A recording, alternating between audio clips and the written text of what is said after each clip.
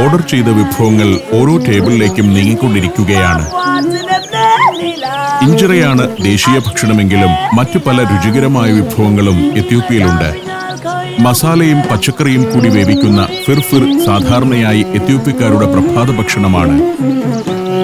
വിഭവങ്ങൾ എത്തിത്തുടങ്ങി. വലിയ പാത്രത്തിൽ വിടർത്തിയിട്ടാണ് നേരത്തെ ഞാൻ കഴിച്ചപ്പോഴെല്ലാം ഇഞ്ചിറ എത്തിയിരുന്നത്.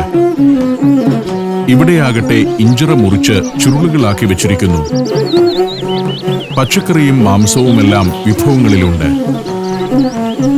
ഡോറോവാത് എന്ന കോഴിക്കറിയാണ് ഇഞ്ചിറയുടെ മറ്റൊരു കോമ്പിനേഷൻ. ഇത് തിപ്സാണ്. ആട്ടിറച്ചിയിൽ പ്രത്യേക മസാലക്കൂട്ടുകൾ ചേർത്തുണ്ടാക്കിയ കറി.